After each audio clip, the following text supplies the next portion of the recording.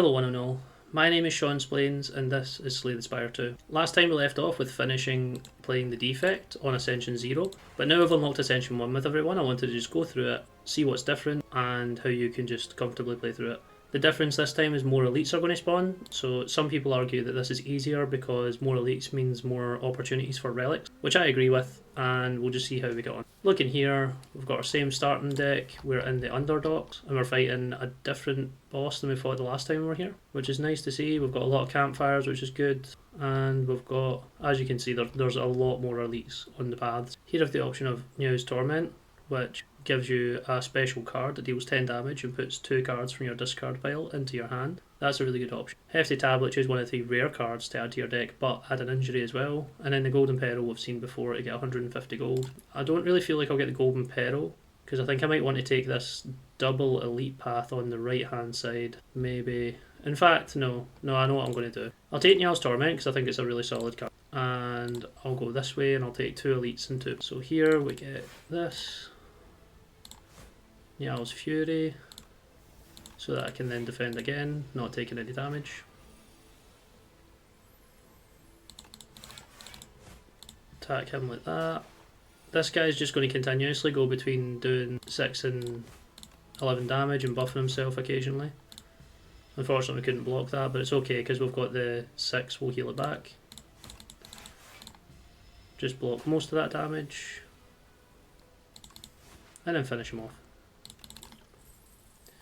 Iron Wave, Taunt and Shrug It Off. It'd be between Taunt and Shrug It Off. Here I'm going to take Taunt because I want more vulnerable enabling. I'm going to go for this question mark. This is a really cool event that gives you the option to get a special potion that it can exhaust your hand and let you draw 10 cards. Or you can get a special relic that means that all block cards will now have Nimble enchantment on them, meaning that they give you more block but you lose max HP. On a more defensive character, I would say getting the Fresno lens is very good, but it's not really worth losing the max HP on the Ironclad. This is probably the only character I wouldn't actually pick this option. We'll just go for the Glow Water Potion.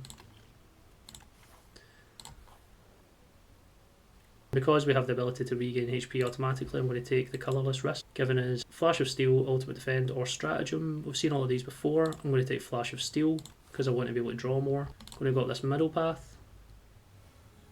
Here I want to taunt into this guy, strike and Neow's Fury. I know I picked those cards, but it didn't really matter. Kill him so he goes down. Then taunt to get the vulnerable, deal some damage. And then finish him off. Here, we've got a new card art for Spite. Before this was the Canna Juice, but now it is the Ironclad looking quite spiteful indeed. We'll still take Dismantle, it's a much better card. Here we have the 2 tadpoles, so I'm going to Flash of Steel into the front character. The reason I'm attacking the front instead of the back, even though he's attacking right now, is next turn he's going to be doing 3x3 to me, and I want to try and kill it before it gets its attack off. So I'll double defend here, strike here, so we completely offset the damage. Then I can taunt, and then I can strike twice and kill it without taking any damage in return. Hopefully I can block this, which we can. And I can even hit it with a flash. Does that do enough? No, not quite. We'll just defend. It's not worth taking any chip damage that we do, although we might need to after all. Maybe not. Bloodletting, Tremble and Iron Wave. I'm going to take a Tremble. I think it's a good idea in the long term.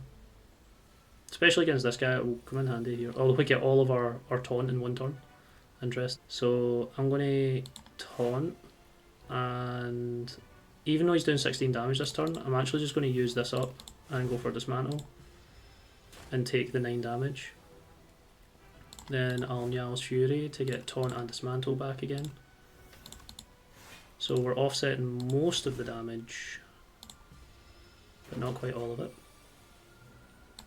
Here, hopefully we get an attack card, we do. Take it all the way down to 43.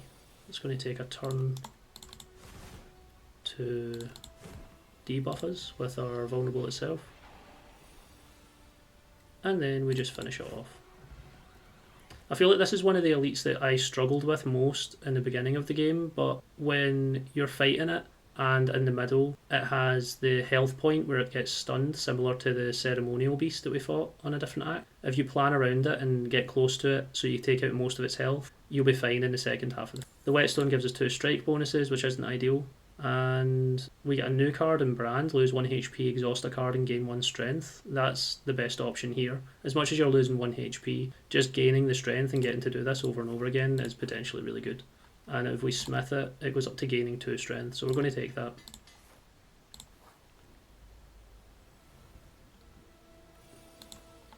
We use Brand to get 2 strength. I'll exhaust the basic strike. I'll defend.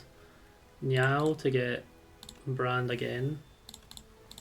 And get rid of the bash and then defend again, so I take less damage off this guy. Now that we're at 4 strength, I should be able to deal with this character. Like that. We have too many potions. I'll actually drop the dexterity for another explosive because just being able to deal more damage is good. I don't know when I'm going to get to use this. As much as I picked it over the other option, it's still not ideal for me. Here we'll take Twin Strike probably. That's deal 5 damage twice and it goes up to 7 damage twice. Another option we've not seen before is Perfected Strike, which starts at 6 damage but it deals an extra 2 or 3 for all of your cards containing strike. This is really good in a strike dummy build, which is another relic that adds damage to them, as well as Tezgatera's Ember if we manage to get it. So, do you know what, I'll actually take this and see if we can pull it off. We'll go for a Perfected Strike build, which means we won't be removing any of our strikes either. Here's a new relic we've not seen before. The first hand you draw each combat is upgraded, which is really good. We love to see upgraded cards. I will smith and upgrade whatever I feel is most important. I think Flash of Steel, since it's free to play, I'll pretty much always be playing it, so love to see that. I'll go for this campfire into this extra elite as well. So here we can see Perfected Strike's already doing 24 damage based on all of the different buffs we have going on. A Flash of Steel into this guy. I'll actually brand and get rid of Dismantle to give us more damage for Perfected Strike. And we've nearly managed to kill this guy in 1 turn, which is kind of crazy. Can defend twice to take 0 damage, and then here we can finish him off.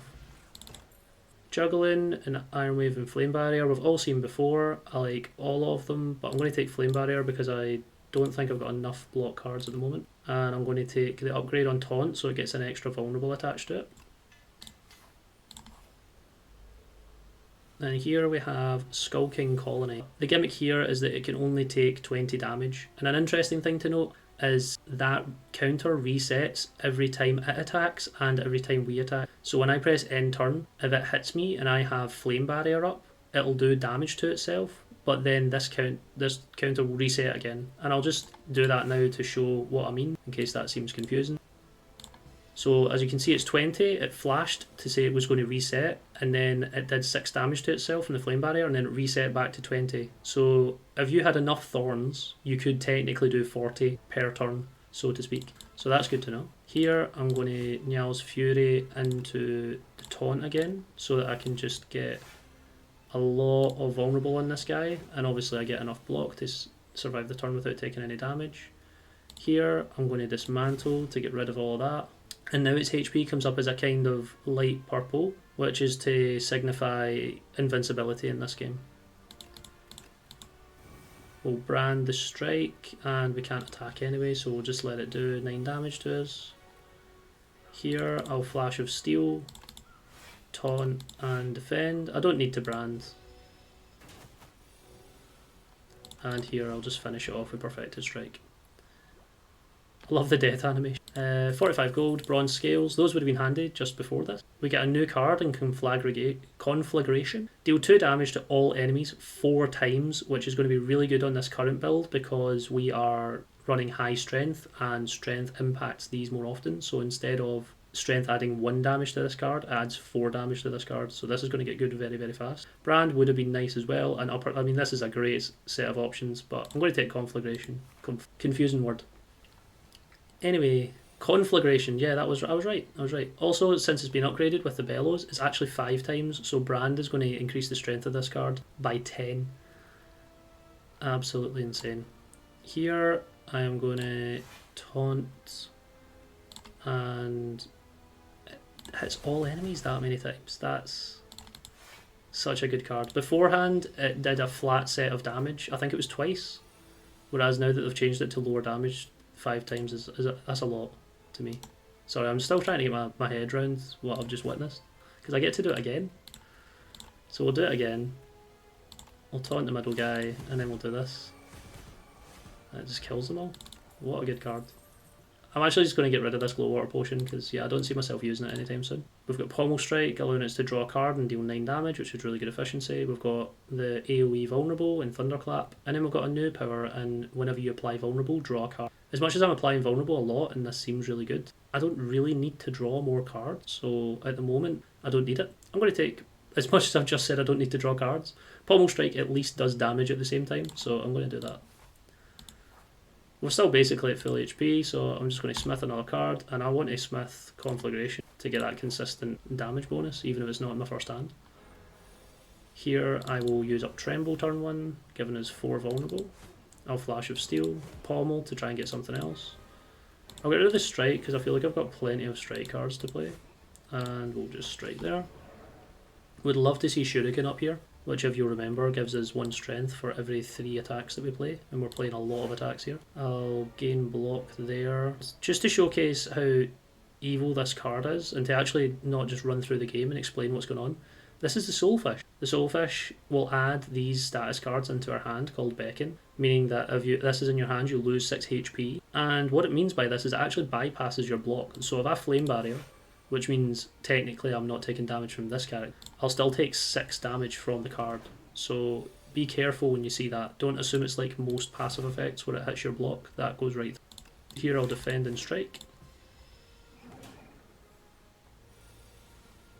And here, because we have so much HP, we can be quite... And we also have 3 potions to cover us if anything goes horribly wrong. We can get through this fight quite quickly, I think. The character goes intangible every 3 or 4 turns now, so we just need to keep on top of it by playing the beckons and blocking enough until it becomes intangible. It will play vulnerable on us, so it can do more damage, but again, I don't really need to worry. Because we have the brand, I can actually exhaust these cards, so I don't need to see them again.